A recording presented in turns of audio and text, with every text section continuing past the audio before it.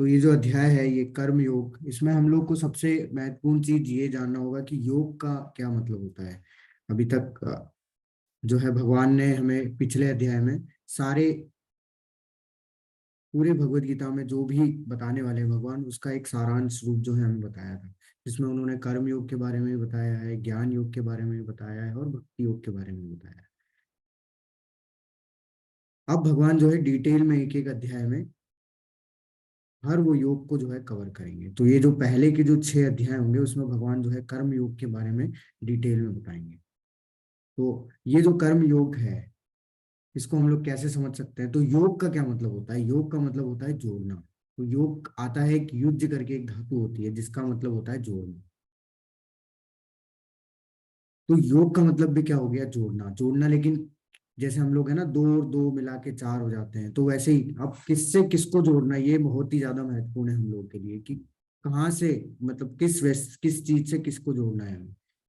तो यहाँ पे अगर भगवत गीता की अगर बात करें हम लोग, तो भगवत गीता में ये है कि कैसे हम लोग अपने कर्मों के माध्यम से भगवान से अपने आप को जोड़ सकते हैं, वो है कर्मयोग। तो कर्मयोग का तात्पर्य इंद्रिय भोग से रहित होकर परमेश्वर को खुश करना और उनकी सेवा करना है। तो कर्म प्लस योग, तो कर्मों के माध्यम से जब हम लोग भगवान से जुड़ने का प्रयास करते हैं वो कहलाता है कर्मयोग। कर्मयोग ये नहीं होता है कि कर्म ही पूजा है। सब लोग के दिमाग में ये भ्रांति है रहती है कि कर्म ही पूजा, यही बोला है भगवान ने पूरे उसमें। तो आज के अध्याय में आपसे मैं लास्ट में पूछ लूंगा कहीं से कि आप खुद बता दीजिए कि कर्म ही पूजा है पूरे अध्याय में भगवान ने कहाँ बोला है। तो कर्म योग का वास्तविक मतलब होता है कि कैसे हम लोग कर्मों के माध्यम से अपने अपने कर्मों के माध्यम से भगवान से जुड़ सकते हैं।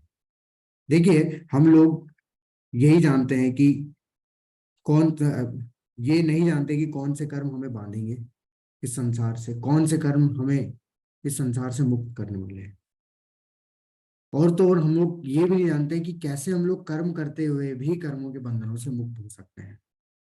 तो इस पूरे अध्याय में भगवान जो है, आने वाले जितने भी अध्याय हैं अध्याय 6 तक, सब में भगवान जो है इसी के कर्म के बारे में ही जो है चर्चा करेंगे, जो कि सबसे सबसे ज्यादा सभी लोगों का पसंदीदा टॉपिक होता है कि कर्म के माध्यम से ही सब कुछ पॉसिबल हो पा रहा है।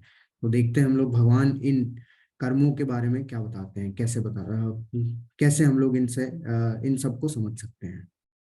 तो इस अध्याय की शुरुआत करते हैं।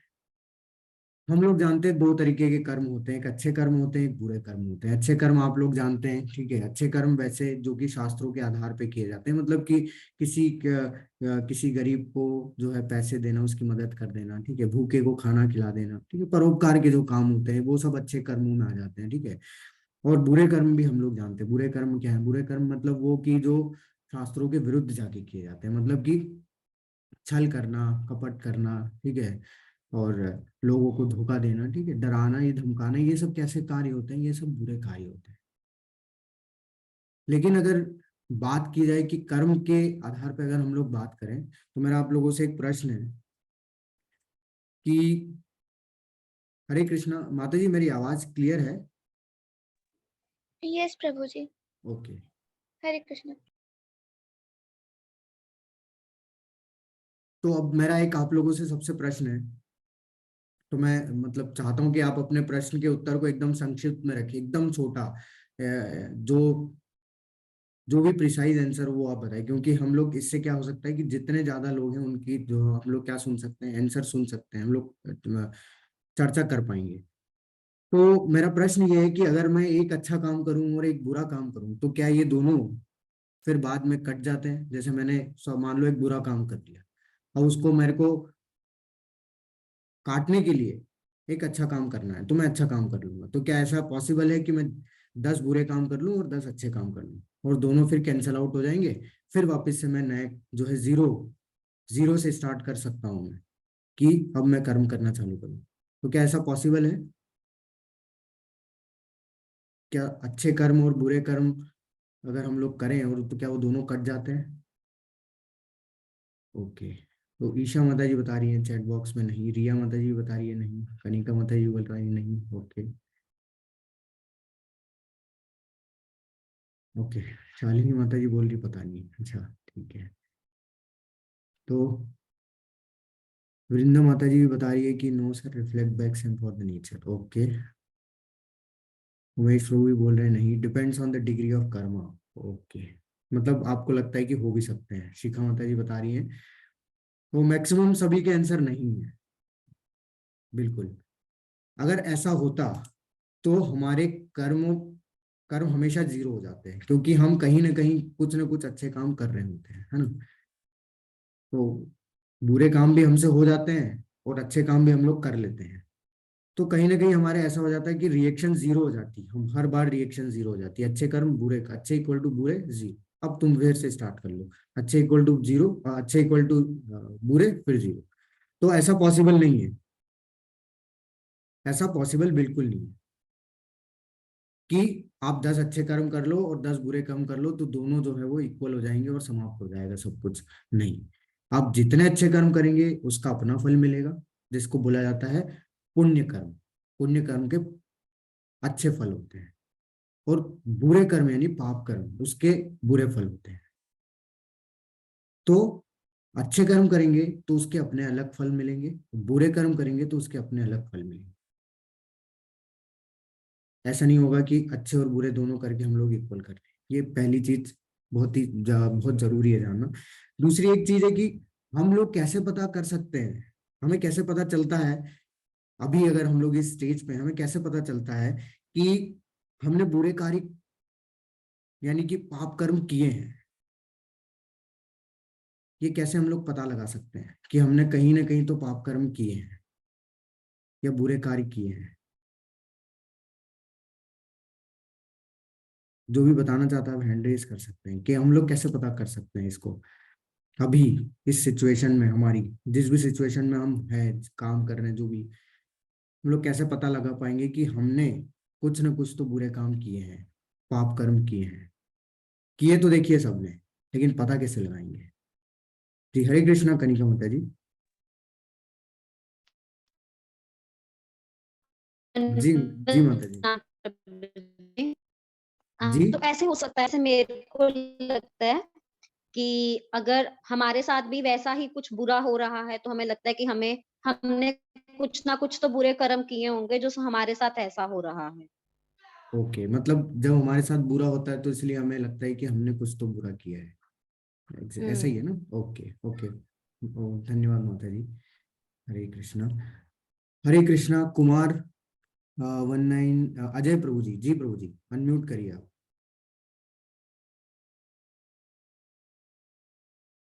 ओके, रेडमी बोर्ड, आप अनम्यूट करिए रेडमी बोर्ड।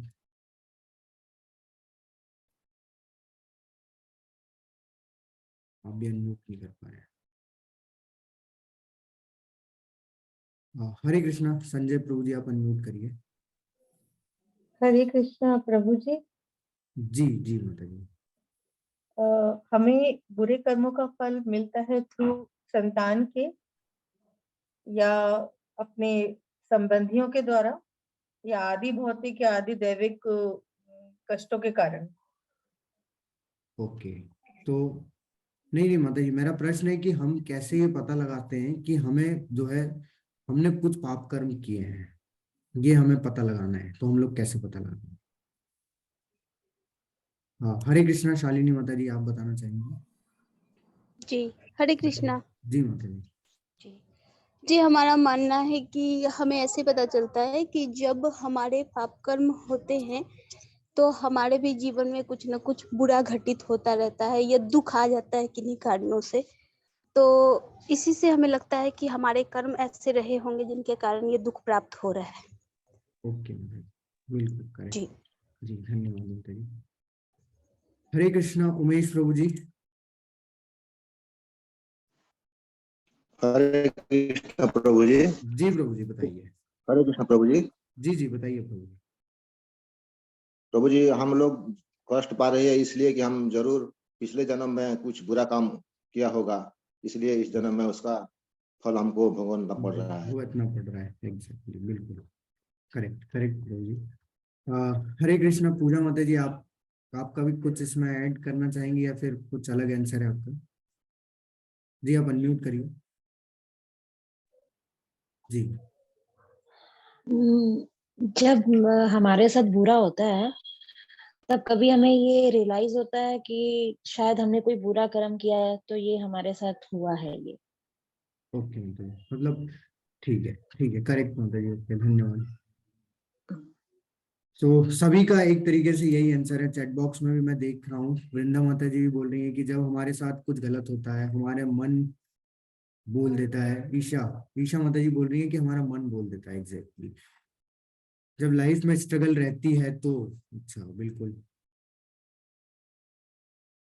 ही दुखी हैं और बुरे कर्म वाले सुखी हैं। अच्छा तो तनुजा माता जी बोल रही है कि अच्छे कर्म वाले दुखी हैं और बुरे कर्म करने वाले सुखी हैं। ओके देखेंगे हम लोग आगे। आज ये सारे सारी चीजों को हम लोग आज डिटेल में समझेंगे।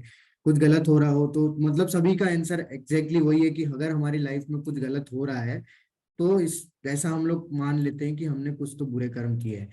हम लोग ये नहीं सोच सकते कि हमारा ये मनुष्य जीवन हमें दिया है भगवान ने तो ये भी तो हमारे बुरे कर्मों का ही एक कारण है, क्योंकि जन्म मृत्यु के चक्र में तो हम लोग इसीलिए फंस रहे हैं।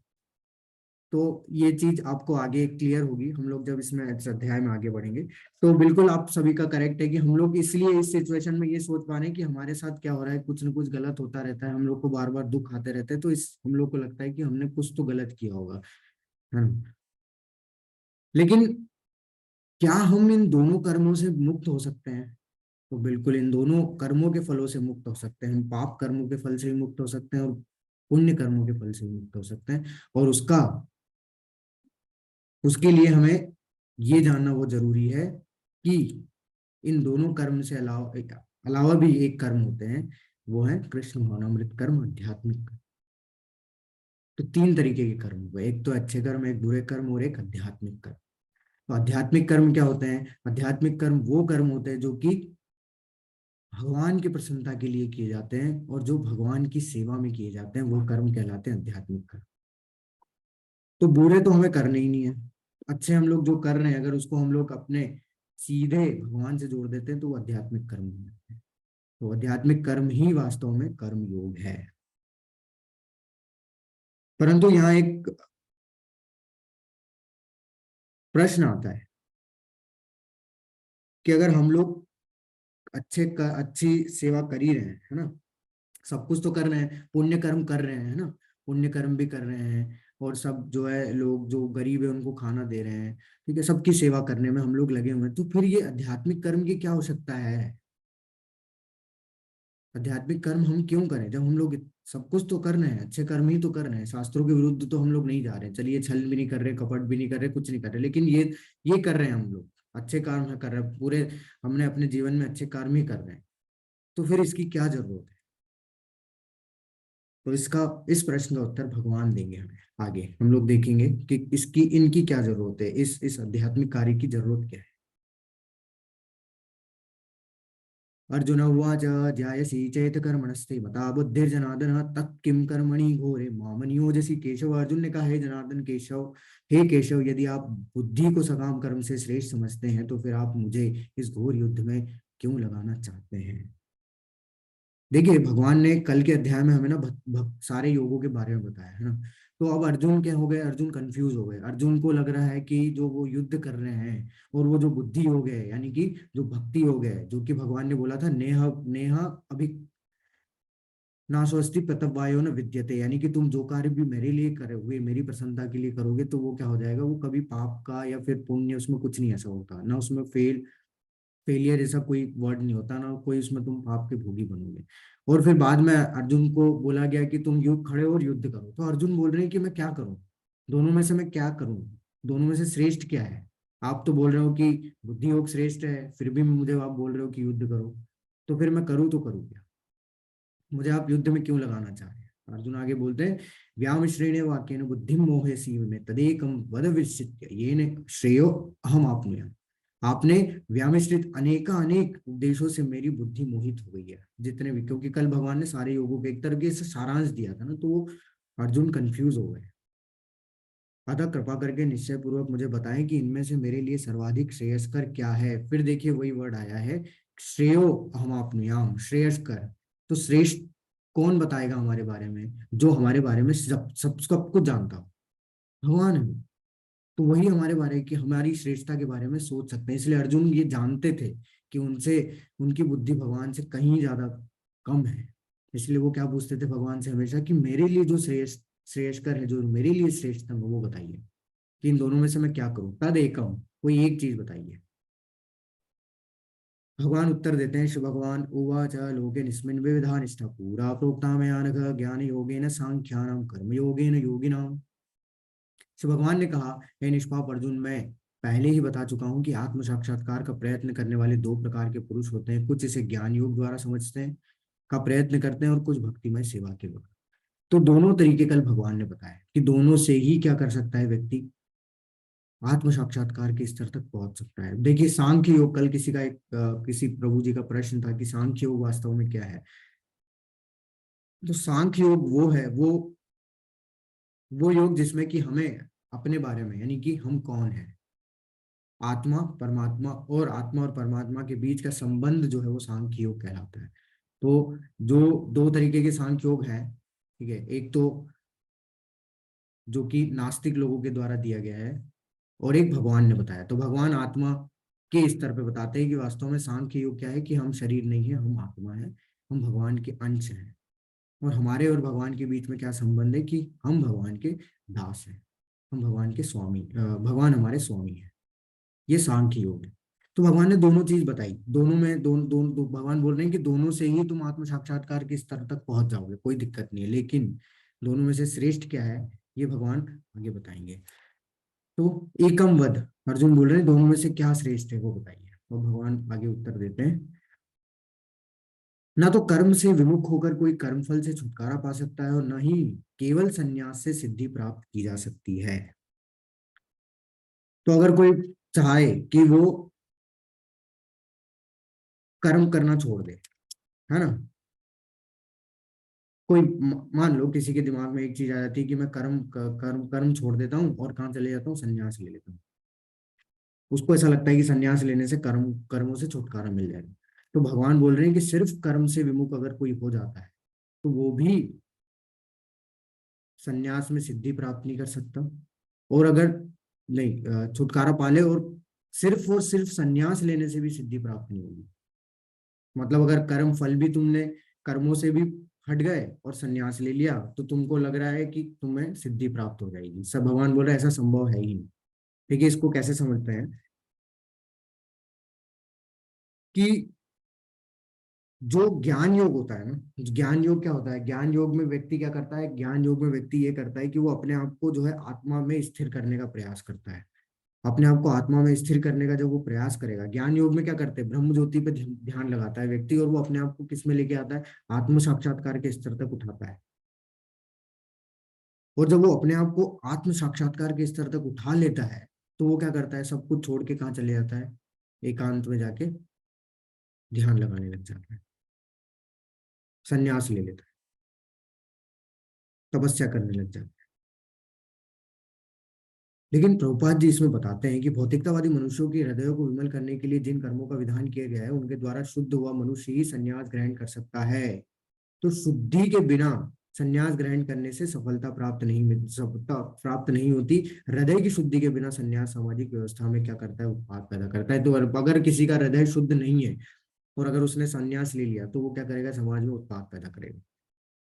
तो कई बार आपने देखा होगा कि व्यक्ति क्या करता है, व्यक्ति अपने इस भौतिक जो उसे जीवन मिला है उससे परेशान हो जाता है। ठीक है, घर की चिक चिक और बच्चे परेशान कर रहे हैं और इससे पूरा परेशान होके क्या करता है, वो सब कुछ छोड़ के कहीं दूसरी जगह भाग जाता है एकांत में, जहाँ पे कि वो बैठ के क्या करता है, तपस्या करने लग जाता है।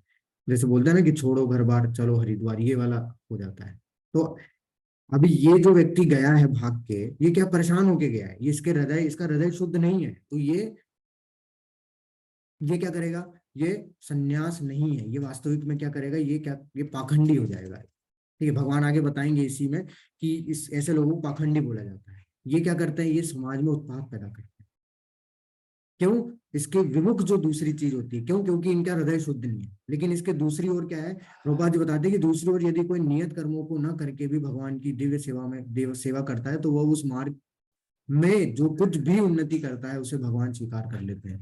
तो वो अगर सिर्फ भगवान के लिए कार्य करने में लगा हुआ है तो भी भगवान स्वीकार करेंगे, तुम्हें संन्यास लेने का जरूरत ही नहीं।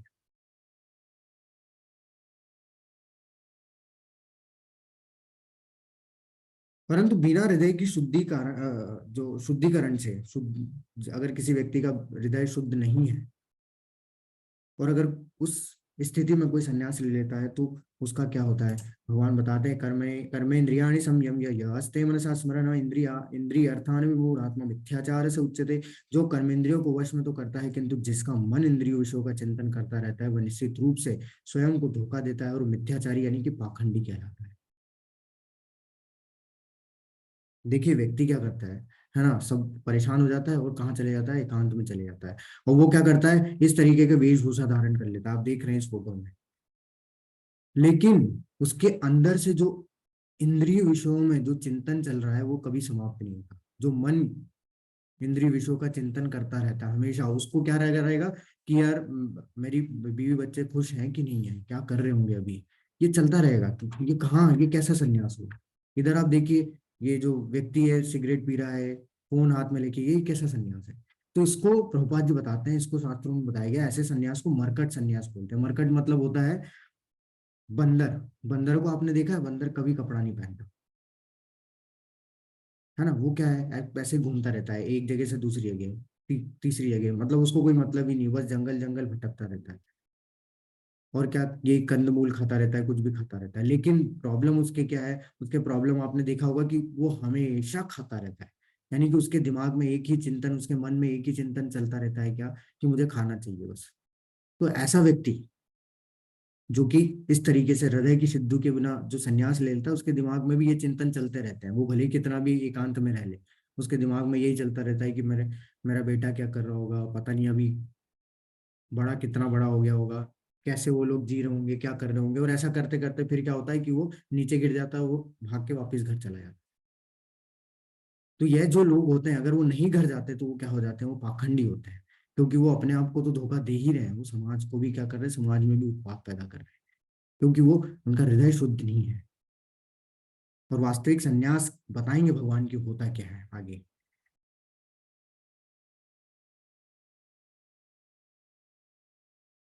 तो यहाँ पे इसी श्लोक के ऊपर एक कहानी आती है शास्त्र में, कि शास्त्रों में बताया गया है कि एक महाराज है, भरत महाराज करके एक राजा थे, ये बहुत बड़े भक्त थे भगवान के।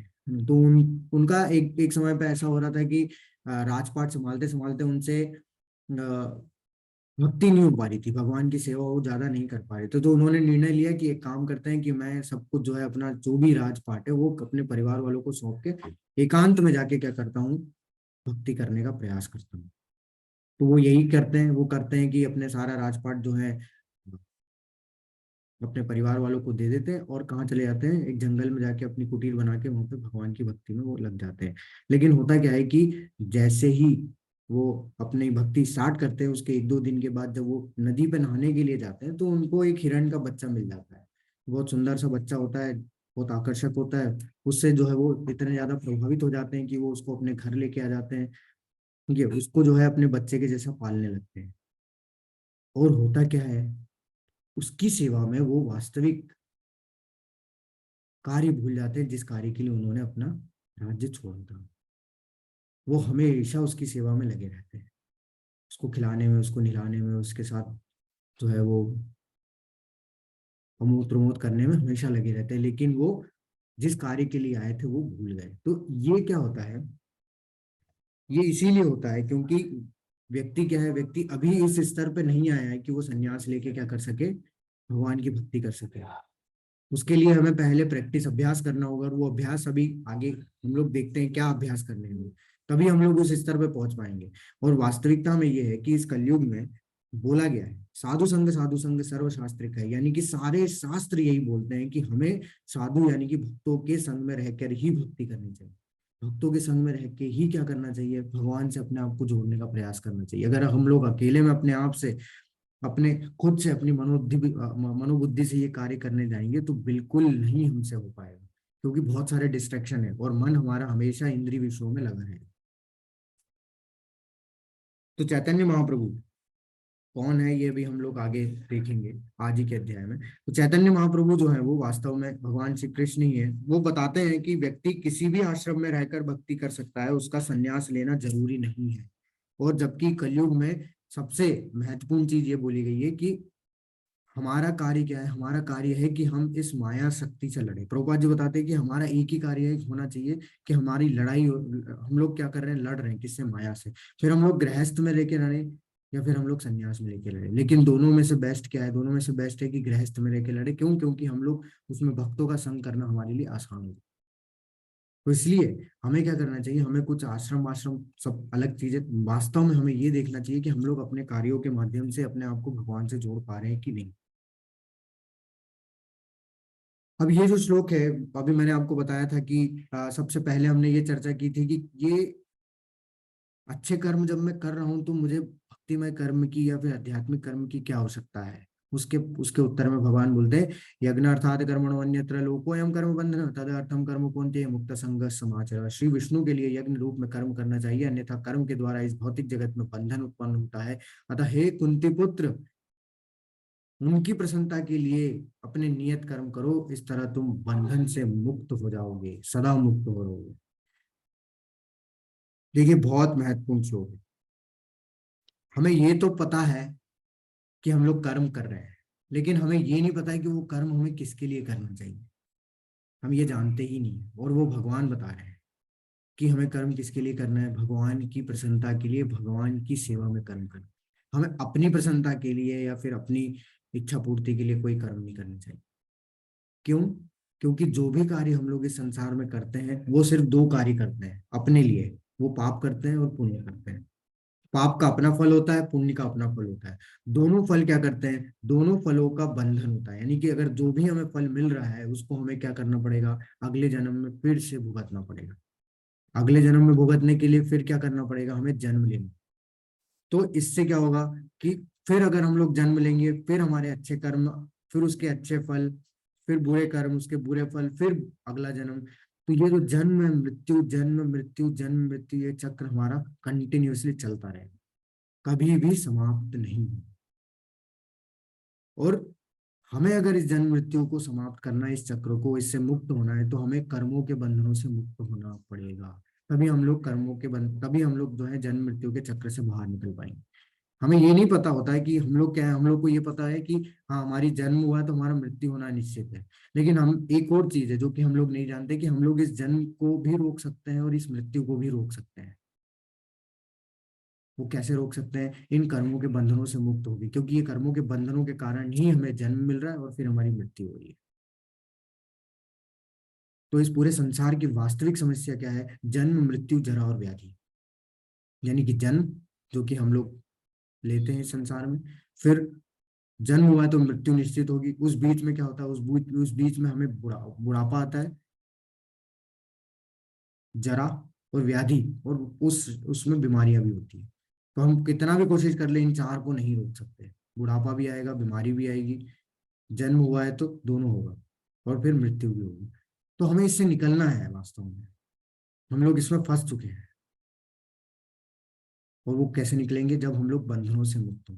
और वो कैसे हो सकते हैं, भगवान बोल रहे हैं कि तुम अपने लिए कोई कर्म मत करो, कर्म मेरी प्रसन्नता के लिए करो, मेरी इच्छा पूर्ति के लिए करो, मेरी सेवा में करो। इससे क्या होगा कि तुम सारे बंधनों से मुक्त हो जाओ। और प्रभुपाद जी भी इसमें यही बता रहे हैं। तो इसलिए हमें प्रयास करना चाहिए कि हम लोग कैसे कर्मों के माध्यम से भगवान से जुड़ सकते हैं। हमें कोई कर्म छोड़ने नहीं है। हम लोग जो नियत कर्म कर रहे हैं बस उन्हीं को करते करते हमें क्या करना है, बस डायरेक्शन दे देना है किसकी तरफ, भगवान की तरफ। जैसे उदाहरण देता हूं मैं आपको, कि अगर किसी को गाना गाना गाना बहुत पसंद होता है, तो अगर वो व्यक्ति भगवान से उसको जोड़ देगा तो वो क्या बन जाता है, कीर्तन बन जाता है। आपने देखा है, आप यूट्यूब पे देख सकते हैं कितने सारे भक्त जो है वो अपने टैलेंट को जो है भगवान की प्रसन्नता के लिए प्रयोग कर रहे हैं। वैसे ही जो खाना है, अगर हम लोग भगवान के लिए प्रयोग करते हैं, भगवान के इच्छा की पूर्ति के लिए बनाते हैं, उनको ही खिलाते हैं, फिर उसके बाद वो उसका सेवन करते हैं, तो वो प्रसाद बन जाता है। जैसे भोग लगाते हैं, आप मैक्सिमम लोग जानते होंगे। मेहनत अगर हम लोग भगवान की प्रसन्नता के लिए कर रहे हैं तो वो तपस्या बन जाती है। और अगर हम लोग बातचीत में अगर भगवान को इंक्लूड कर लेते हैं, भगवान की वाणी को इंक्लूड कर लेते हैं, उनकी उनके उनके पास टाइम को इंक्लूड कर लेते हैं, तो वो सब कथा के रूप में जो है निखर के आता है। जैसे भरत महाराज थे, आप सब लोग जानते हैं, रामायण में भरत महाराज जो थे राम जी के भाई, उन्होंने क्या किया था कि जैसे ही उन्हें पता चला कि अच्छा राम जी वनवास चले गए हैं और उनको राजा बनना है, तो वो राजा बने क्या नहीं, उन्होंने क्या किया कि राम जी के चरण पादुकाओं को उठा के उस राजगद्दी पर रखा और उसके अंतर्गत जो है उन्होंने उस साम्राज्य को संभाला। ये है कर्मयोग। वैसे ही युधिष्ठिर महाराज ने भी किया था, जब वो राजसूय यज्ञ कर रहे थे तो उन्हें पता ही नहीं चल रहा था कि मैं इस यज्ञ को किसको अर्पित करूं, क्योंकि इससे तो बंधन मिल जाएगा अगर मैं अपने स्वार्थ के लिए करूंगा तो उन्होंने नारद मुनि से पूछा, तो उन्होंने बोला आपके पास साक्षात भगवान है, आप क्यों ना उनको अर्पित करिए। तो उन्होंने फिर उस राजसूय यज्ञ को भगवान श्री कृष्ण को अर्पित किया, जिससे कि वो भी क्या हो गया, वो आध्यात्मिक कार्य हो गया। तो जो भी अच्छे कार्य हम लोग करते हैं, जो भी पुण्य कार्य अगर हम लोग कर रहे हैं, उसको अगर हम लोग भगवान से जोड़ देंगे तो वो आध्यात्मिक कार्य हो जाएंगे। जैसे कोई व्यक्ति को गरीबों को खाना खिलाना है, तो क्यों ना उस खाने का पहले भोग लगा दो और वो प्रसाद खिला दो, तो ये क्या हो गया, आपने भगवान से उसको कनेक्ट कर दिया। उसका ना आपको पाप मिलेगा ना आपको उसको पुण्य मिलेगा, वो बन गया आध्यात्मिक कार्य। लेकिन बात ये आती है, क्वेश्चन ये आता है कि हम सब चीजें अगर भगवान से कनेक्ट कर देंगे तो क्या भगवान को कर्मों का बंधन नहीं होता है? क्या भगवान को कर्म फल की इच्छा नहीं होती है? क्या उनको ये बंधन नहीं बांधता है? तो ये भगवान स्वयं हमको कल के अध्याय में बताएंगे कि उनको कर्म बंधन बांधता है कि नहीं बांधता।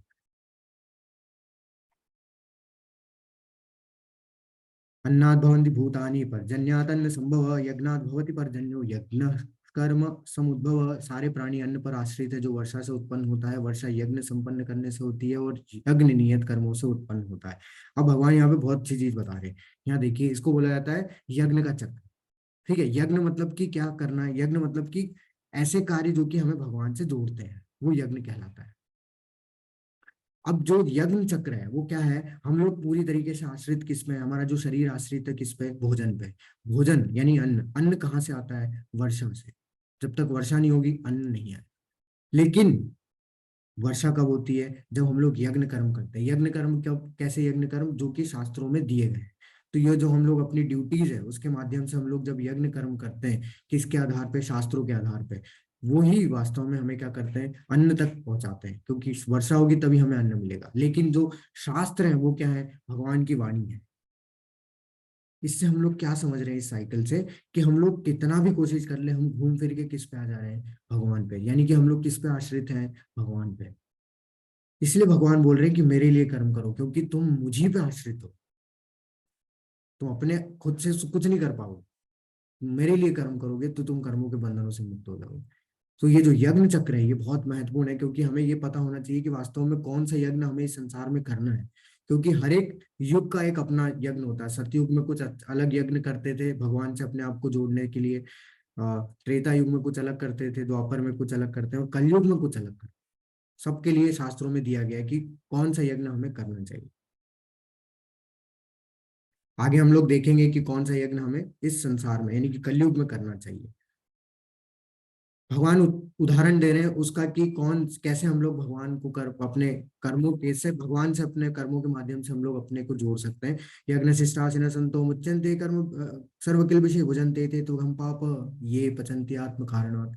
भगवान के भक्त सभी प्रकार के पापों से मुक्त हो जाते हैं, क्योंकि वे यज्ञ में अर्पित किए भोजन को ही खाते हैं। अन्य लोग जो अपनी इंद्रिय सुख के लिए भोजन बनाते हैं वे निश्चित रूप से पाप खाते हैं।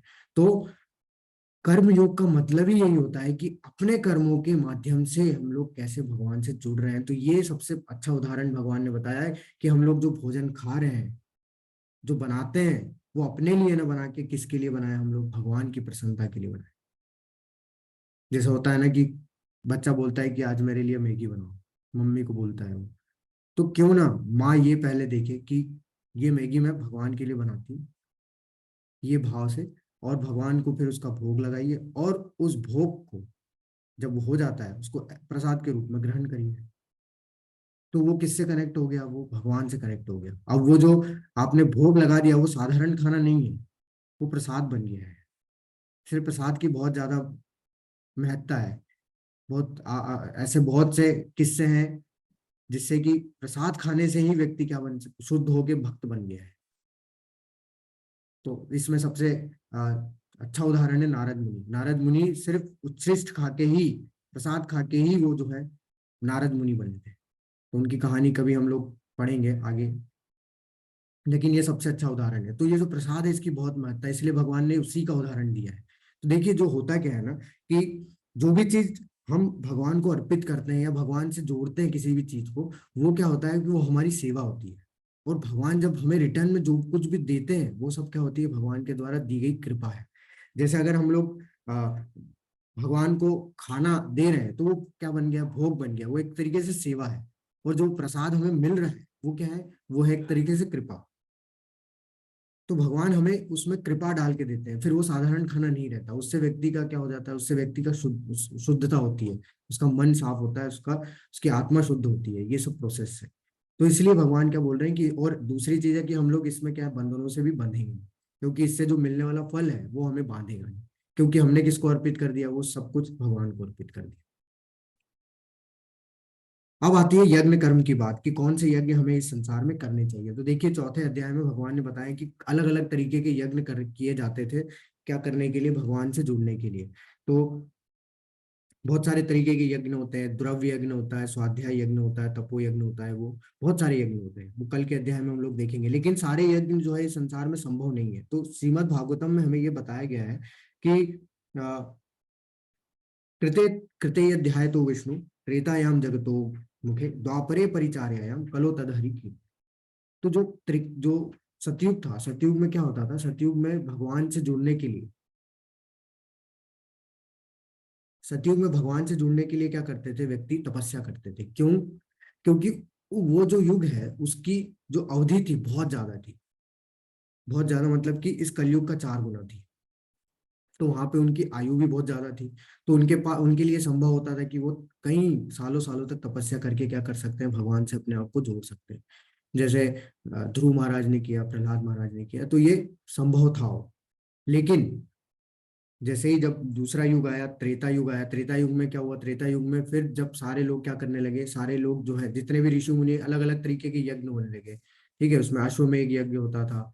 ठीक है, उस तो ऐसे यज्ञों के माध्यम से क्या करने लगे, जुड़ने लगे। अब क्या हम लोग यज्ञ नहीं कर सकते? हम लोग यज्ञ इसलिए नहीं कर सकते क्योंकि शास्त्रों में जो यज्ञ की विधि दी गई है, जो ये द्रव्य यज्ञ की विधि की गई है, जो हम लोग स्वाहा स्वाहा करते हैं, वो ऐसी दी गई है कि सब कुछ उसमें बहुत ही ज्यादा क्या होना चाहिए, शुद्ध होना चाहिए। जैसे लकड़ियां जो है वो शुद्ध होनी चाहिए।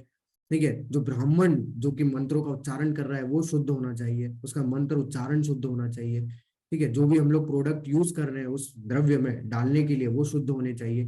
तो ये सब चीजें शुद्धता की, और आज के समय में हम लोग जानते हैं कि शुद्धता मिलती ही नहीं कहीं पे भी, तो बहुत मुश्किल है। तो वो जो हम लोग कर रहे हैं उससे हमें कोई फायदा नहीं होगा।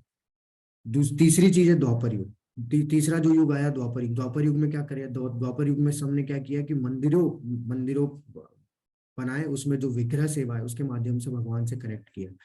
बिल्कुल हम लोग बोल सकते हैं कि हाँ हमारे पास भी तो मंदिर है, लेकिन हम लोग देख रहे हैं कि कितने कम परसेंटेज में लोग जो है मंदिर में जा रहे हैं। लेकिन फिर भी, और अभी बहुत सारे मंदिर जो है वो टूटते भी जा रहे हैं। लेकिन वास्तव में ऐसा होगा कि जब घोर कलयुग आ जाएगा तो क्या होगा कि ये सब मंदिर समाप्त हो जाएंगे, और फिर सिर्फ हमारे पास एक चीज रह जाएगी। वो क्या रह जाएगा? कलो तद हरि कीर्तन, भगवान का नाम ले रहे।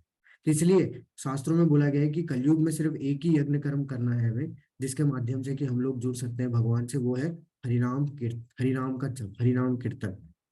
तो भगवान का नाम ही एकमात्र ऐसा सॉल्यूशन है जो कि हमें क्या करेगा, इस संसार से मुक्त करा सकता है, या फिर सारे दुखों से शांति प्राप्त कर सकता है। देखिए हर एक दवाई, हर एक के लिए, हर एक बीमारी के लिए एक दवाई होती है। तो जो कलयुग में जो बीमारी है उसकी दवाई क्या है? भगवान के नाम का कीर्तन,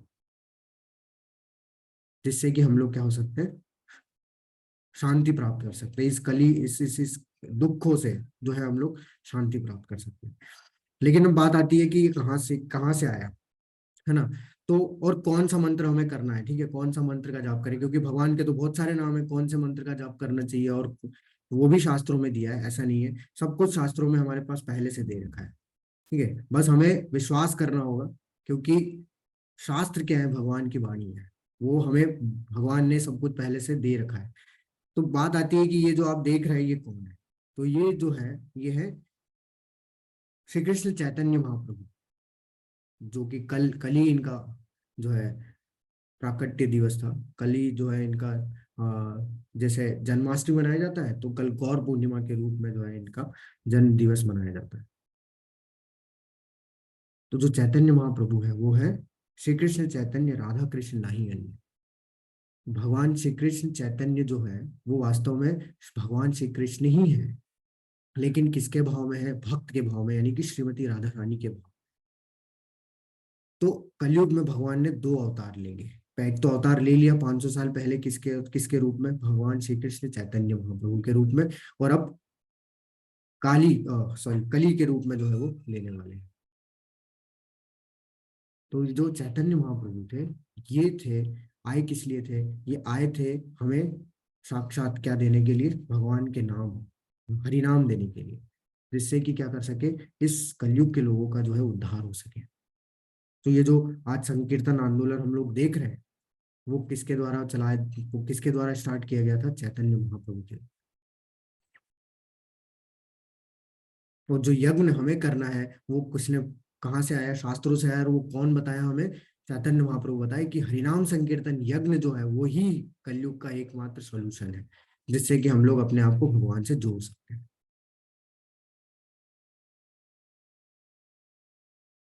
और ऐसा नहीं है कि ये कहीं नहीं बताया गया, ये सब कुछ शास्त्रों में बताया, और भगवान स्वयं इस चीज की पुष्टि कर रहे हैं। कौन से नाम का जप करना है उसके लिए अगर हम लोग देखें, कली संतरण उपनिषद में आता है कि हरे कृष्ण कृष्ण कृष्ण हरे हरे, हरे राम राम राम हरे हरे। ये जो 16 अक्षर का नाम है, ये जो 16 अक्षर का महामंत्र है, ये क्या करता है? यही एकमात्र ऐसा सॉल्यूशन है जो कि क्या करेगा? हमारे इस संसार में हमें सारे दुखों में शांति प्राप्त करता है। ब्रह्मा जी बताते हैं कि मैंने सारे वेद छान दिए, लेकिन इससे अच्छा उपाय कलयुग में कहीं नहीं दिया है, कलयुग के लिए। अब ब्रह्मा जी की बात क्यों माने?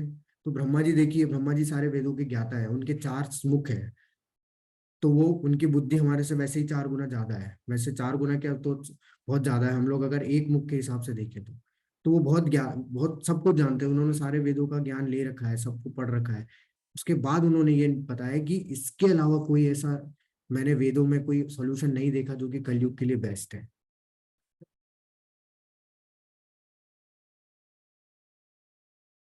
तो आप लोग भी अगर चाहते हैं तो इसको ट्राई कर सकते हैं, है ना? कि आप लोग भी रोज एक माला जब स्टार्ट कर सकते हैं, और खुद से इसका एक्सपीरियंस, खुद से अनुभव करके देख सकते हैं कि इसमें ऐसा क्या है। क्योंकि ये भगवान का नाम है, भगवान के नाम में ही क्या है? सब कुछ है। भगवान, जैसे बताया जाता है कि भगवान में और भगवान के नाम में कोई अंतर नहीं है, दोनों में समान जो है क्या है? पावर है। वो ज्यादा तो ये बोलते हैं आचार्य कि भगवान के नाम जो है भगवान से भी श्रेष्ठ है, क्योंकि जो कुछ भी भगवान के पास है सब कुछ जो है भगवान ने अपने नाम में दे दिया इस कलयुग में। तो अगर हम लोग सिर्फ हरे कृष्णा भी बोल देते हैं तो वो भी काउंट में आ जाता है। जैसे मैंने बताया, नेहा नेहा बिकम नाशोस्ति प्रतवायो न विद्यते। भगवान बोलेंगे कि अगर तुम स्वल्पम अपनी से धर्म से अत्राय तो मतलब थोड़ा सा भी अगर तुम कर लोगे तो वो तुम्हारा काउंट होगा, वो कभी भी वेस्ट नहीं जाएगा, उसमें कोई फेलियर नहीं है। तो आप लोग से भी मतलब मेरा अनुरोध है कि आप लोग भी इसको एक बार ट्राई करके देखिए। हम लोग देखिए संसार में बहुत सारी चीज ट्राई करते हैं, तो क्यों ना इसको भी एक बार ट्राई करके देखिए। ऐसा नहीं है कि ये सिर्फ शास्त्रों के आधार पे हम लोग सब चीज बोल रहे हैं, इसको साइंटिफिकली भी प्रूव है। बहुत सारे साइंटिस्टों ने इसके ऊपर रिसर्च की है। अभी अगर मैं रिसेंट की रिसर्च अगर मैं आपको बताऊँ तो IIT इंदौर ने ये रिसर्च किया है, और उसमें उन्होंने ये चीज प्रूव कर दी है कि जो व्यक्ति डिप्रेशन, स्ट्रेस, एंजाइटी से अगर ग्रसित है और अगर वो ये करता है तो उसके लिए ये क्या हो जाता है? उसके लिए वो एकदम फ्री हो जाएगा, इससे एकदम शांत हो जाएगा उसका मन। वो और उसी को उन्होंने पब्लिश किया, रशिया में कोई कॉन्फ्रेंस हुई थी उसमें, तो वो ऑलरेडी पब्लिश्ड है, आप सर्च करके देख सकते हैं उसको। और ऐसा नहीं है कि भगवान स्वयं जो है 10वें अध्याय में इस चीज के बारे में बताएंगे कि यज्ञा नाम जप यज्ञ, सारे जप यज्ञ में मैं क्या हूँ? दिव्य नाम, भगवान के दिव्य नामों का जप, तो है कि वह जप यज्ञ हो। तो अगर हम लोग जपते हैं इसको वास्तव में भगवान के नाम को, तो उससे क्या होता है कि उससे हमारी शुद्धि होती है। वो कैसे किससे शुद्धि होगी? क्या क्या चीजें हैं जो कि हमें घेर रखी है? तो वो आगे हम लोग देखेंगे, और कैसे हम लोग इसको करने से शुद्ध होते हैं वो भी हमें आगे इसी अध्याय में पता चलेगा। अब भगवान बोल रहे हैं कि अर्जुन को कि तुम रोल मॉडल बनो। कैसे? यद यद आचरति श्रेष्ठ तत्तदेव इतरो जनः स प्रयत स यत् प्रमाणम कुरुते लोकस्तद अनुवर्तते। महापुरुष जो जो आचरण करता है, सामान्य व्यक्ति उसी का अनुसरण करते हैं। वो अपने अनुसरणीय कार्यों से जो आदर्श प्रस्तुत करता है, संपूर्ण विश्व उसका अनुसरण करता है। देखिए, भगवान बोल रहे हैं कि अर्जुन, अगर तुम युद्ध नहीं करोगे, तुम मेरी बात नहीं मानोगे, है ना, तो होगा क्या कि जो तुम्हारे से जुड़े हुए लोग हैं वो भी क्या करेंगे, आगे जाके मेरी बातों को कभी भी स्वीकार नहीं करेंगे, और वो कभी मेरी बात नहीं मानेंगे। जो भी लिखा हुआ है शास्त्रों में उसकी अवहेलना करके ही कार्य करेंगे, उसके विरुद्ध जाके कार्य करेंगे।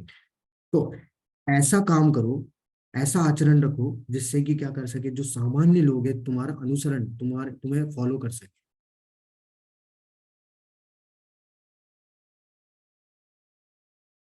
तो तुम्हारे कार्य पहले से ही ऐसे करो, तुम्हारा आचरण सुधारो। जैसे बहुत सारे ऐसे लोग होते हैं जो कि करते नहीं है लेकिन फिर भी लोगों को ज्ञान देते हैं। वो खुद उस आचरण में नहीं है लेकिन फिर भी लोगों को जो है ज्ञान देते हैं, तो वो गलत है। वास्तव में आचार्य उसी को बोला जाता है जो कि आचरण से सिखाता है। तो अर्जुन को भी यही बोल रहे हैं कि अगर तुम इस तरीके से नहीं करोगे, युद्ध नहीं करोगे, मेरी बात नहीं मानोगे, तो सामान्य लोग जो तुम्हारे ही कुल में पैदा होंगे वो भी कभी इस चीज को स्वीकार नहीं करेंगे, और वो भी क्या करेंगे, अपने मनमाने ढंग से कार्य करेंगे जिस तरीके से तुम सोच रहे हो।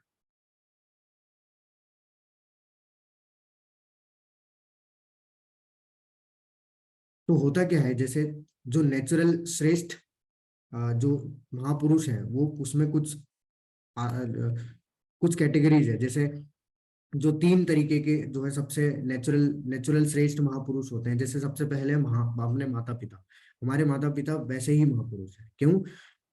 वो जो आचरण करते हैं बच्चा वही सीखता है।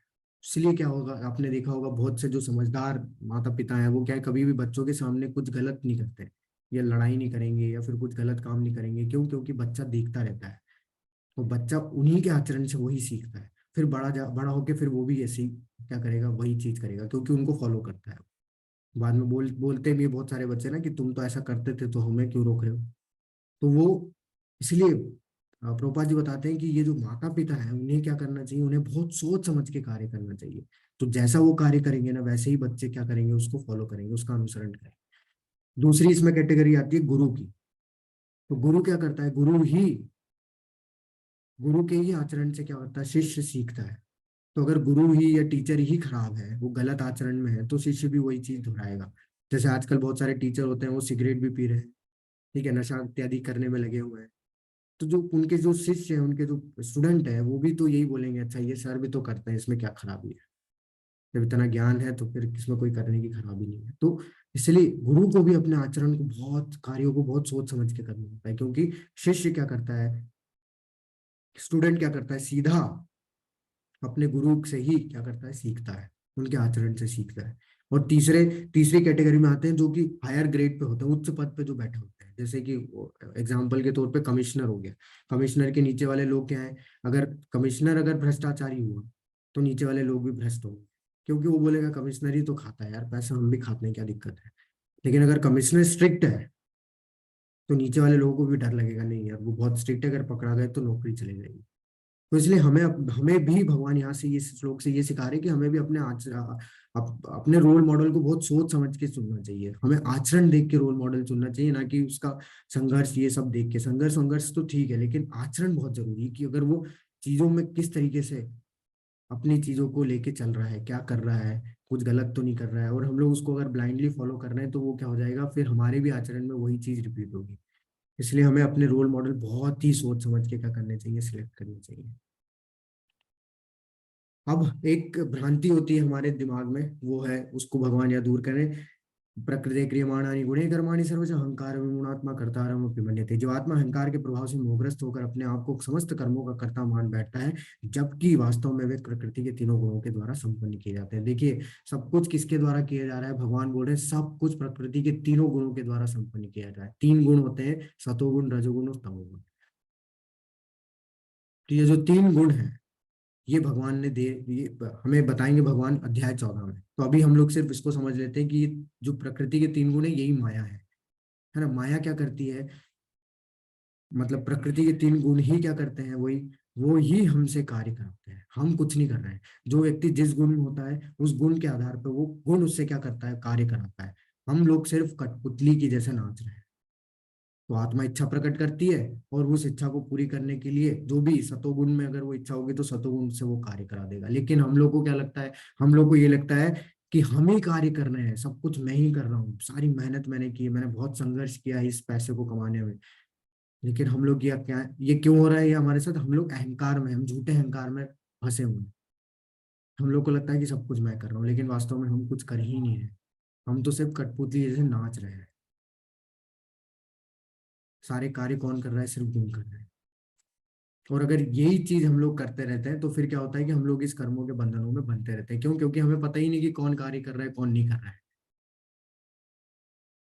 तो ये हमें बहुत जरूरी है समझना है कि वास्तव में सारा जो कार्य हमसे करवाया जा रहा है वो प्रकृति के 3 गुणों के द्वारा कराया जा रहा है।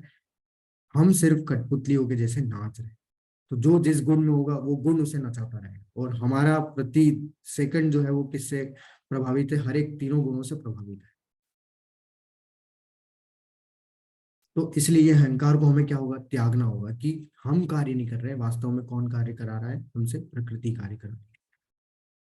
अब अर्जुन पूछते हैं, जो कि कल एक माता जी ने भी प्रश्न पूछा था कि हे वृष्णिवंशी, मनुष्य न चाहते हुए पाप कर्मों के लिए प्रेरित क्यों हो जाता है? ऐसा लगता है कि उसे बलपूर्वक उनमें लगाया जा रहा है। तो वही सबके दिमाग में यही प्रश्न है कि क्यों पाप कर रहा है कोई व्यक्ति, क्या है ऐसा? तो कल तो हमने 8 अवस्था देख ली जो पाप करने की।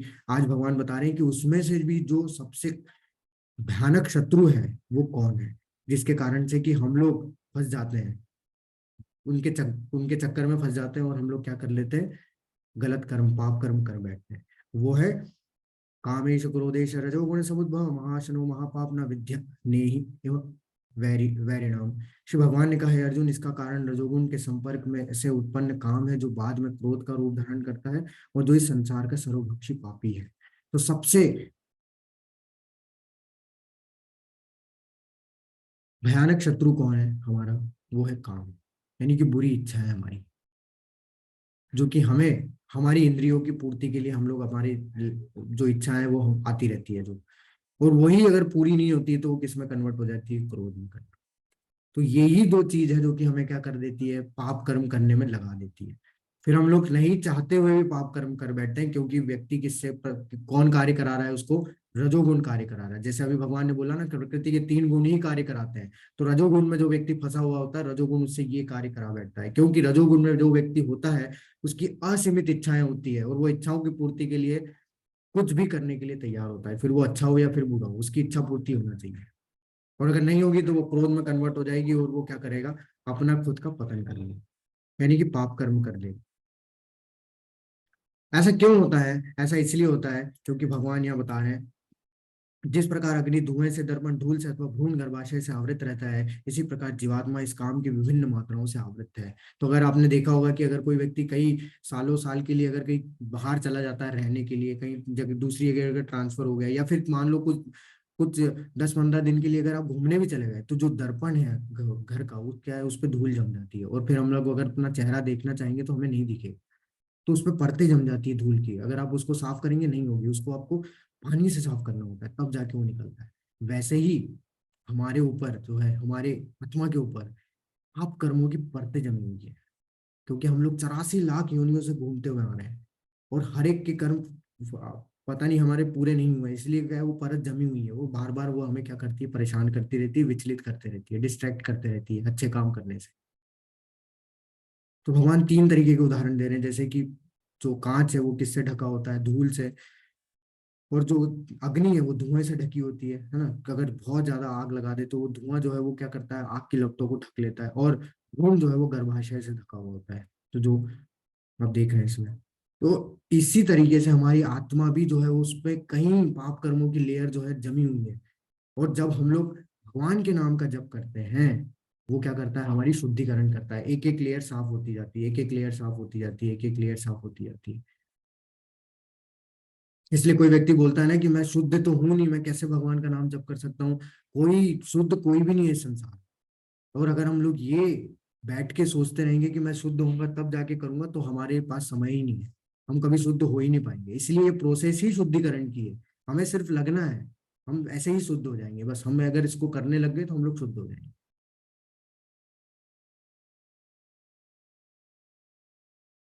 अब बात हमें पता चल गया कि ये जो काम है ये हमारा सबसे बड़ा क्या है, दुश्मन है। तो इसको हम लोग कैसे, इससे हम लोग छुटकारा पाए, उसका सॉल्यूशन भी भगवान दे रहे हैं। इंद्रियाणी मनोबुद्धि सायं, इंद्रिय मन तथा बुद्धि इस काम के निवास स्थान है। इनके द्वारा यह काम जीवात्मा के वास्तविक ज्ञान को ढककर उसे मोहित कर लेता है। तो जो इंद्रियां हैं, मन और बुद्धि, इसमें कौन रहता है, काम रहता है। जैसे उदाहरण के तौर पे मैं आपको बताऊं कि अगर जैसे हमारी आर्मी जो है, उसको अगर पता चल जाए कि टेररिस्ट यानी कि आतंकवादी कहाँ छुपा हुआ है, तो उनके लिए कितना आसान होगा उस आतंकवादी को मारना, है ना। लेकिन अगर उसे पता ही नहीं है कि आतंकवादी कहाँ छुपे हुए हैं, तो उनके लिए बहुत मुश्किल होगा, उसको पहले ढूंढो, उसको मारो। तो भगवान ने हमें पहले ही बता दिया कि ये जो शत्रु है कहाँ बैठा हुआ है, कहाँ रहता है, ये इंद्रियों में रहता है, मन में रहता है और बुद्धि में रहता है। इनके द्वारा यह काम जीवात्मा के वास्तविक ज्ञान को ढककर उसे मोहित कर लेता है। और क्या होता है कि इन तीनों से ही हमारी आत्मा क्या होती, इन तीनों के माध्यम से वो क्या करता है, हमारी आत्मा को ढक देता है। तो प्रभुपाद जी बताते हैं कि बुद्धि ऐसी कामपूर्ण रुचियों की राजधानी बन जाती है। बुद्धि आत्मा के निकट परोसन है, काम में बुद्धि से आत्मा प्रभावित होती है, जिससे उसमें अहंकार उत्पन्न होता है और वो पदार्थ से तथा इस प्रकार मन तथा इंद्रियों से अपना तदात्म्य कर लेता है। आत्मा को भौतिक इंद्रियों का भोग करने की लत पड़ जाती है, जिससे कि वो वास्तविक सुख मान बैठता है। देखिए होता क्या है कि हमारी इच्छा के यानी कि आत्मा को अपनी इच्छा के अनुसार जब शरीर मिल जाता है ना, तो वो शरीर जो उसे जैसे ही मिलता है, तो वो प्रकृति के तीनों गुणों में बन जाता है, यानी कि प्रकृति में बन जाता है, कर्मों के बंधनों में बन जाता है। और जब वो बन जाता है तो वो अपने आप को अपने वास्तविक रूप को भूल जाता है। वो अपने आप को क्या मानने लगता है कि मैं भी शरीर ही हूँ। और वो अपने आप को जब शरीर मान लेता है तो वो क्या करने लगता है कि अपनी इच्छाओं की पूर्ति करता है, किसके माध्यम से, शरीर के माध्यम से। और वो जो पूर्ति होती रहती है, हमारी इच्छा जो पूरी होती रहती है, उससे हम लोग क्या समझते हैं, उसी को हम लोग वास्तविक सुख मान लेते हैं। हमें लगता है कि अच्छा, मेरे को जैसे किसी ने इच्छा की कि मुझे कुछ मीठा खाना है और आपने खा लिया, आपको बहुत आनंद आ गया, हाँ हो गया। लेकिन वही मीठा का अगर खाते रहेंगे खाते रहेंगे खाते रहेंगे तो डायबिटीज आपको हो जाएगा। तो यही है कि हम लोग क्या करते हैं, हमारी इच्छा पूर्ति करते हैं और खुश हो जाते हैं, हाँ हो गया मेरा। किसी को गाड़ी चाहिए होती, गाड़ी ले लेते हैं, हाँ बहुत बढ़िया, मुझे सुख मिल गया।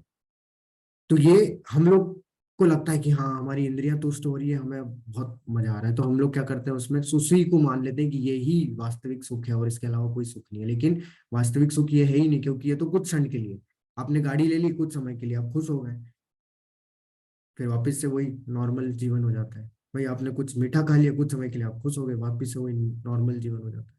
ऐसा तो नहीं है कि आप हमेशा हमेशा के लिए खुश हो जाते हैं कि हाँ मैंने मीठा खा लिया, अब तुम बहुत खुश हो, फिर से दूसरे दिन इच्छा होगी आपकी मीठा खाने की, फिर आप मीठा खा लेंगे। तो इच्छा समाप्त नहीं होगी। लेकिन हम लोग क्या समझ लेते हैं, उसी को सब कुछ मान के हम लोग फिर उसमें फंसते चले जाते हैं, और वही हमसे गलत कार्य करा देता है किसी भी कारण से। क्योंकि अब उसमें अच्छी इच्छाएं आ रही है तो बुरी इच्छाएं भी आएगी, और वो बुरी इच्छा से क्या होगा, पाप कर्म कर देगा व्यक्ति। तो वास्तव में हमारी 5 इंद्रियां हैं, एक तो है आंख, नाक, कान, त्वचा और जीभ। इन पांचों को हम लोग क्या करते रहते हैं, तुष्ट करते रहते हैं। तो अगर हम ये सबसे नीचे के स्तर पे आती है, इससे ऊपर आता है मन, और मन से ऊपर है बुद्धि। तो अगर हम लोग इन्हीं इंद्रियों को कंट्रोल कर लेंगे तो मन भी कंट्रोल में आ जाएगा। ठीक है, मन तो लगाम है ना। अगर घोड़े सही ढंग से चलेंगे तो लगाम का कोई ज्यादा हमें खींचनी नहीं पड़ेगी उनको कंट्रोल करने के लिए। मन को ज्यादा वो नहीं करना पड़ेगा, परेशान नहीं करना पड़ेगा कि उसको बार बार कंट्रोल करे। लेकिन इससे ऊपर है बुद्धि। तो बुद्धि भी क्या है, बुद्धि बुद्धि से हम लोग क्या करते हैं, सोचते हैं कि अगर हमारे मन में विचार आ रहे हैं तो उन विचारों पे हम लोग बुद्धि इंटेलिजेंस का प्रयोग करते हैं कि ये करना चाहिए कि नहीं करना चाहिए। लेकिन अगर वो भी किससे प्रभावित है, अगर काम से प्रभावित है, तो वो हमेशा क्या बोलेगी, कर लो, बुरा भी है तो कर लो। क्योंकि उसमें क्या मिल रहा है, उसमें इन इंद्रियों को आनंद मिल रहा है। तो इसलिए हमें क्या करना है, हमें सिर्फ जो मेन है उसको कंट्रोल करना है, जो कि दोनों के बीच में है, बुद्धि और इंद्रियों के। अगर इसको कंट्रोल कर लिया तो बुद्धि भी हमारी सही ढंग से कार्य करेगी और इंद्रियां भी हमारी जो है सही ढंग से कंट्रोल में आ जाएगी। तो ये जो रथ है, इसको क्या बोला जाता है, रथ एक तरीके से बोलते हैं कि ये एक शरीर है हमारा। शरीर में ये जो 5 घोड़े हैं, ये 5 इंद्रियों के समान है, जो कि क्या है, एकदम एक तरीके से पागल हो चुके हैं, बस वो भागते रहते हैं इधर के उधर। तो वो इंद्रियां भी है, इंद्रिय विषयों के बारे में हम लोग सोचते रहते हैं इधर के उधर। उसकी लगाम जो है वो मन है, और जो उस पर बैठा हुआ है यानी कि हम लोग हैं वो आत्मा है। तो हमें इसको बचाना है। अगर ये भागते रहेंगे कहीं ना कहीं ऐसा होगा कि रथ पलट जाएगा और ये आत्मा का पतन हो जाएगा, यानी कि हम लोग पाप कर्म कर बैठेंगे। तो भगवान यही चीज बता रहे हैं कि अभी हम लोग कहाँ सोचते हैं दैहिक स्तर पे, पहले हम लोग सिर्फ शारीरिक स्तर पे सोचते हैं। इसलिए तो हम लोग क्या करते हैं कि मुझे मीठा खाना पसंद है तो मैं मीठा खा लेता हूँ, मुझे बहुत आनंद, किसी को सिगरेट पीना, किसी को दारू पीना, तो ये सब चीजें इसलिए करता है आदमी क्योंकि उसको आनंद मिलता है कुछ समय के लिए। लेकिन अगर हम लोग उससे अपने आप को ऊपर उठाएं और अब कुछ इंद्रियों के स्तर पे सोचने का कार्य करें, तो वो कंट्रोल करने का हम लोग प्रयास कर सकते हैं। जब हम लोग इससे ऊपर उठेंगे तो मन के स्तर पे हम लोग जब सोचना चालू करेंगे तब हम लोग और एडवांस होंगे, तब हम लोग कंट्रोल करने के योग्य बन जाएंगे। लेकिन पूरी तरीके से कंट्रोल कब कर पाएंगे, जब हम लोग आध्यात्मिक स्तर पे पहुंचेंगे। और आध्यात्मिक स्तर भगवान ने बता दिया कैसे पहुंच सकते हैं हम लोग। भगवान ने बताया कि इस यज्ञ कर्म को करेंगे, यज्ञ कर्म यानी कि भगवान के नाम को लेके। ये सबसे आसान तरीका है आध्यात्मिक स्तर तक अपने आप को पहुंचाने का। ये सबसे आसान सेवा है सबसे, जिससे कि हम लोग भगवान से अपने आप को जोड़ के इन सारे चीजों को कंट्रोल करके काम से हम लोग क्या कर सकते हैं, अपने जो शत्रु है उससे हम लोग जी उस पर हम लोग विजय प्राप्त कर सकते हैं। वही चीज भगवान यहाँ बता रहे हैं कि इसलिए है भरतवंशियों में श्रेष्ठ अर्जुन, प्रारंभ में ही इंद्रियों को वश में करके इस पाप के महान प्रतीक का दमन करो और ज्ञान तथा आत्म साक्षात्कार के इस विनाशकर्ता का वध कर दो। तो पहले से ही इंद्रियों को कंट्रोल कर लो और क्या कर दो, इसको हटा दो। लेकिन ये कैसे संभव हो पाएगा? इस प्रकार हे महाभाव अर्जुन, अपने आप को भौतिक इंद्रियों, मन तथा बुद्धि से परे जानकर और मन को सावधान आध्यात्मिक बुद्धि से स्थिर करके आध्यात्मिक शक्ति द्वारा इस कामरूपी दूसरे शत्रु को जीतो। तो कैसे संभव है? जब हम लोग अपनी मन और बुद्धि दोनों को काम दोनों को कहाँ लगाएंगे? आध्यात्मिक बुद्धि में स्तर कर पाएंगे। तो जब हम लोग आध्यात्मिक बुद्धि में नहीं आध्यात्मिक तरीके को नहीं अपनाएंगे, तब तक हमारे लिए बहुत मुश्किल होगा कि हम लोग मन और बुद्धि को एक जगह पे कंट्रोल कर पाए। क्योंकि मन और बुद्धि कंट्रोल कर लिया मैंने, जैसे अभी इससे पहले स्लाइड में बताया, अगर मन और बुद्धि हमारा सही ढंग से कार्य करने लग जाएंगे तो ये जो काम है ये हमें कभी भी, बुरी इच्छाएं जो है वो कभी भी परेशान नहीं करेगी। क्यों? क्योंकि इंटेलिजेंस जो है, बुद्धि है, वो हमारी कार्य करने लग जाएगी कि नहीं नहीं ये बेकार है, ये गलत काम है, इसको नहीं करना है। तो फिर हम लोग वो काम नहीं करेंगे। लेकिन अगर हमारी प्रभावित है काम से, तो फिर हम लोग क्या करेंगे, गलत इच्छा भी जो प्रकट होगी उसको भी पूरा करने में लग जाए, और नहीं होगी तो क्रोध आए। तो इसलिए हमें क्या करना है कि इनको कंट्रोल करना है। वो कंट्रोल कैसे होगा? अभ्यास करके। किसका? यज्ञ कर्म का अभ्यास करके। तो अगर हम लोग यज्ञ कर्म करते हैं तो ये सारी चीजें हमारी धीरे धीरे कंट्रोल होती है। लेकिन हाँ, उसके लिए हमें अभ्यास करना होगा। जैसे मैंने अभी बताया आपको कि हमारी जो आत्मा है उसमें क्या है, कई हजारों हजारों जो है परतें जमी हुई है। किसकी? इन बुरे कार्यों की। वो धीरे धीरे हमें जब तक साफ नहीं होगी, जब तक हम लोग शुद्ध नहीं हो पाएंगे, जब तक हम लोग इनको कंट्रोल नहीं कर पाएंगे। प्रभुपाद जी बताते हैं कि भगवत गीता का यह 33 अध्याय निष्कर्षतः मनुष्य को निर्देश देता है कि वह निर्विशेष शून्यवाद का चरम लक्ष्य न मानकर अपने आप को भगवान का शाश्वत सेवक समझते हुए कृष्ण भावनामृत में प्रवृत्त हो। यानी कि अगर जैसे कल मैंने माता जी ने एक प्रश्न पूछा था कि अगर हम लोग देखें कि जो ब्रह्म ज्योति है उस पर ध्यान लगाएंगे तो उनकी सेवा कैसे कर पाएंगे? उसमें तो कर्मों के बंधनों से हम लोग मुक्त नहीं हो पाएंगे ना। जब तक हम लोग सेवा नहीं करेंगे, भगवान बोल रहे हैं जब तक तुम मेरे लिए कार्य नहीं करोगे तुम बंधनों से मुक्त नहीं हो पाओगे। भौतिक जीवन में मनुष्य काम तथा प्रकृति पर प्रभुत्व पाने की इच्छा से प्रभावित होता है। प्रबुद्ध तथा इंद्रिय तृप्ति की इच्छाएं बद्ध जीव की परम शत्रु है, किंतु कृष्ण भावनामृत की शक्ति से मनुष्य इंद्रियों, मन तथा बुद्धि पर नियंत्रण रख सकता है। इसी के लिए मनुष्य को सहसा अपने नियत कर्मों को बंद करने की आवश्यकता नहीं है, अभी तो धीरे धीरे कृष्ण भावनामृत विकसित करके भौतिक इंद्रियों तथा मन से प्रभावित हुए बिना अपने युद्ध शुद्ध स्वरूप के प्रति लक्षित स्थिर बुद्धि से दिव्य स्थिति को प्राप्त हुआ जा सकता है। यही इस अध्याय का सारांश है। सांसारिक जीवन की अपरिपक्व अवस्था में दार्शनिक चिंतन तथा यौगिक आसनों के अभ्यास से इंद्रियों को वश में करने का कृत्रिम प्रयासों से आध्यात्मिक जीवन प्राप्त करने में सहायता नहीं मिलती। उसे श्रेष्ठ बुद्धि द्वारा कृष्ण भावनामृत में प्रशिक्षित होना होता है। तो हम लोग कितना भी प्रयास कर ले, प्रभुपाद जी का यहाँ पे स्पष्ट रूप से ये बोलना है कि अगर हम लोग प्रयास करें, बहुत बहुत सारे तरीके हैं इनको कंट्रोल करने के, लेकिन फिर भी ये कुछ समय के लिए कंट्रोल हो जाएगी, लेकिन फिर से वापस हमारे अंदर चिंतन चलेगा और वो हमें क्या करेगा, फिर से पाप कर्म करने के लिए प्रेरित करेगा। तो इसलिए एक साधन ये है कि हम लोग इनको दबाए ना, ठीक है। अगर कोई व्यक्ति मन विचार को दबाता है, कोई व्यक्ति अपने बुद्धि को दबाता है, तो इन सबको दबाना नहीं है हमें। इसके लिए भगवान बोल रहे हैं कि इन सबको क्या करो, तुम मेरी सेवा में लगा दो, मन को भी सेवा में लगा दो, बुद्धि को भी सेवा में लगा दो, इंद्रियों को भी सेवा में लगा दो। तो क्या होगा, हम लोग कुछ नहीं कर रहे, बस उनको सेवा में लगा रहे, धीरे धीरे धीरे धीरे धीरे धीरे करते करते एक हैबिट हो जाएगी, और फिर हम लोग जो है शुद्ध होने लगेंगे धीरे धीरे।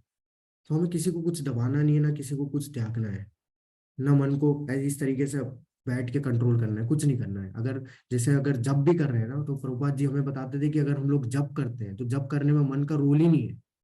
अगर जप कर रहे हैं तो हमें बोलना है महामंत्र, उसको सुनना है, बोलो सुनो, बोलो सुनो, बस यही प्रोसेस है। और फिर अगर कहीं हम लोग डिस्ट्रैक्ट हो गए, फिर वापस से हमारे दिमाग में लेके आ जाओ कि नहीं नहीं मुझे सुनना था, फिर वापस सुनो। बस यही करने से मन जो है वो कंट्रोल में आ जाए। तो हमारा ये अध्याय यही समाप्त होता है। हरे कृष्णा।